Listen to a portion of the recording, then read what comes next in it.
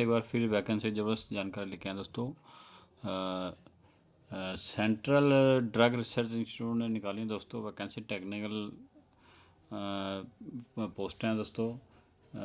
Technical and support staff के basically जो vacancy निकाली हैं दोस्तों। CSR जो है सेंट्रल गवर्नमेंट के अंदर आती है।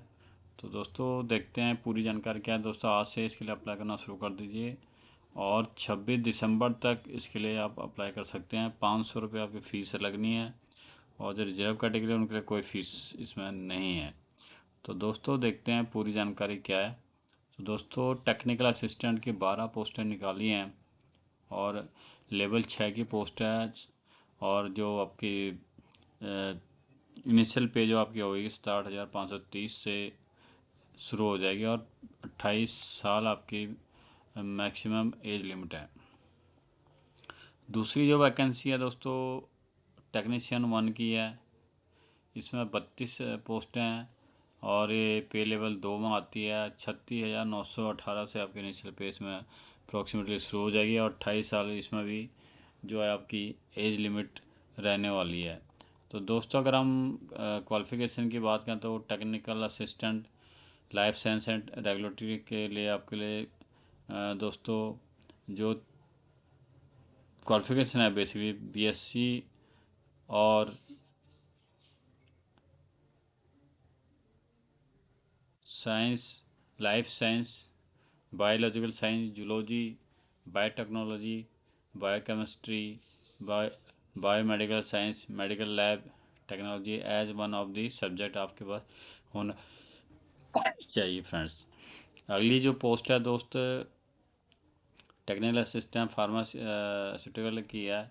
इसमें BSc चाहिए और इक्विवेलेंट क्वालिफिकेशन आपके पास रहना विद 60% मार्क्स आपके पास होनी चाहिए। अगली जो पोस्ट है technical assistant medicinal and process chemistry की। इसमें दोस्तों BSc चाहिए इसमें भी और इक्विवेलेंट चाहिए 60% मार्क। और जो अगली पोस्ट है वो टेक्निकल असिस्टेंट S&T मैनेजमेंट की। इसमें दोस्तों BSc इसमें भी चाहिए। नेक्स्ट जो पोस्ट है टेक्निकल असिस्टेंट नॉलेज की। इसमें भी BSc आपके क्वालिफिकेशन चाहिए। नेक्स्ट है technical assistant sophisticated analytic instrument facility and research की। इसमें भी BSc क्वालिफिकेशन चाहिए। नेक्स्ट पोस्ट है टेक्निकल असिस्टेंट सेंट्रलाइज यूटिलिटी की। इसमें भी दोस्तों diploma in chemical mechanical electrical engineering of at least 3 year full time duration का आपके पास होना चाहिए 60% मार्क। और जो अगली पोस्ट है technical medicinal and process chemistry की MPC की। इसमें आपके पास 10th स्टैंडर्ड पास होनी चाहिए विद ITI।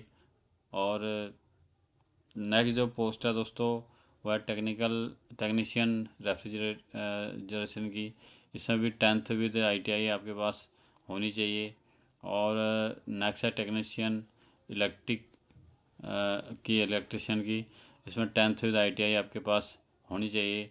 और नेक्स्ट जो है टेक्नीशियन इलेक्ट्रिक टेलीफोन ऑपरेटर की। इसमें 10th विद ITI या सर्टिफिकेट ऑफ नेशनल ट्रेड की आपके पास होना चाहिए। इनफैक्ट जो ऊपर पोस्ट है टेक्निक उनमें भी नेशनल ट्रेड की आपके पास सर्टिफिकेट होना चाहिए। नेक्स्ट जो पोस्ट है टेक्नीशियन इलेक्ट्रिक मैकेनिकल सर्विस की। इसमें दोस्तों 10th विद ITI और सर्टिफिकेट होना चाहिए नेशनल ट्रेड सर्टिफिकेट होना चाहिए आपके पास। और नेक्स्ट जो पोस्ट है technician ESD store keeper civil की 10th पास होना चाहिए और विद साइंस सब्जेक्ट आपके पास इसमें होना चाहिए। तो नेक्स्ट पोस्ट है दोस्तों टेक्नीशियन ESD की। इसमें आपके 10th पास होना चाहिए और 55% मार्क विद साइंस आपके पास होना चाहिए और 2 साल का एक्सपीरियंस होना इसमें ज़रूरी है दोस्तों। टेक्नीशियन ESD प्लम्बर की। इसमें भी 10th पास होना चाहिए विद ITI 50% मार्क्स से होना चाहिए 10वीं आपकी। और टेक्नीशियन ESD कारपेंटर की। इसमें 10th होना चाहिए विथ 55% मार्क और ITI होनी चाहिए और नेशनल ट्रेड सर्टिफिकेट होना चाहिए या तो दोनों से एक आपके पास होना ज़रूरी है। नेक्स्ट पोस्ट है technician MMI toxicology and BSB की 10th पास विद ITI। इसमें भी आपके पास होनी चाहिए। नेक्स्ट जो है टेक्नीशियन लेबॉर्ट्री एनिमल फैसिलिटी की 10th पास होना चाहिए 55% के बाद 2 साल का आपका फुल टाइम एक्सपीरियंस होना as an apprentice training from a recognise institute. Next जो है टेक्नीशियन ग्लास ब्लोइंग प्लांट की, इसमें 10th विथ 55% मार्क और ITI आपके पास होनी चाहिए या नेशनल ट्रेड सर्टिफिकेट आपके पास होना चाहिए। और नेक्स्ट है टेक्नीशियन फायर एंड लैब की सेफ्टी की, इसमें 10th विद ITI आपके पास क्वालिफिकेशन होनी चाहिए। नेक्स्ट है टेक्नीशियन इॉन एक्सचेंज प्लांट की, इसमें ऐसे 10th होना चाहिए और विद 55% ITI होनी चाहिए आपके पास। और नेक्स्ट है टेक्नीशियन सैप की इंस्ट्रूमेंटेशन की, इसमें 10th विद ITI इसमें भी है। टेक्नीशियन सैप मास स्पेक्ट्रोमेट्री की पोस्ट है, इसमें 10th विद ITI आपके पास है। नेक्स्ट जो है टेक्नीशियन सैप इंस्ट्रूमेंट मैकेनिक की है, इसमें 10th विद ITI होनी चाहिए। और नेक्स्ट है टेक्नीशियन फोटोग्राफी की, इसमें 10th विद ITI आपके पास होनी चाहिए फ्रेंड्स। इसके अलावा दोस्तों टेक्नीशियन फार्मास्यूटिक्स एंड फार्मा कॉक्टिनेटिक की पोस्ट है, इसमें 10th विद ITI होनी चाहिए। तो दोस्तों ये सारी क्वालिफिकेशन है। और जो सिलेक्शन प्रोसेस है इसमें आपका ट्रेड टेस्ट होएगा और रिटन टेस्ट होगा। और जो टेक्निकल असिस्टेंट का जो टेस्ट का जो स्ट्रक्चर है उसमें कंप्यूटर बेस्ड आपका मल्टीपल चॉइस क्वेश्चन आएंगे और 200 क्वेश्चन आपके उसमें होंगे, 3 घंटे का पेपर होगा।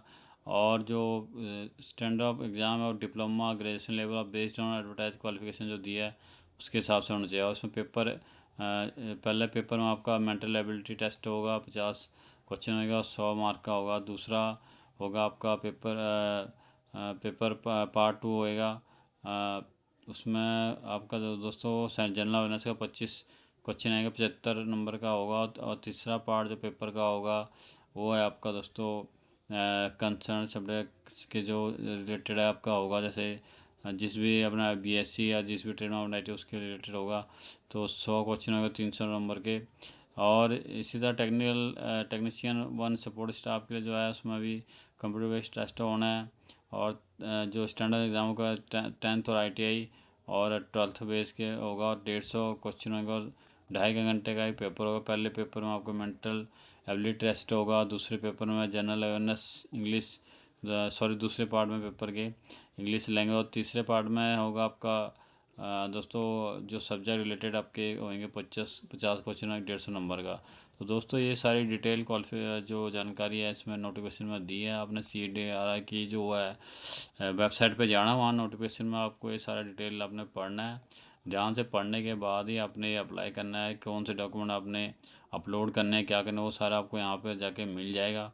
एक बार नहीं 3-4 बार पढ़ने के बाद आप उसको समझने के बाद ही आप अप्लाई करें, ताकि कोई एरर क्रिएट ना हो। दोस्तों ऐसे हमारे साथ बने रहें, हम ऐसी खबरें आपको जॉब की देते रहें, आप उसको अप्लाई करें और जॉब हासिल करें। धन्यवाद।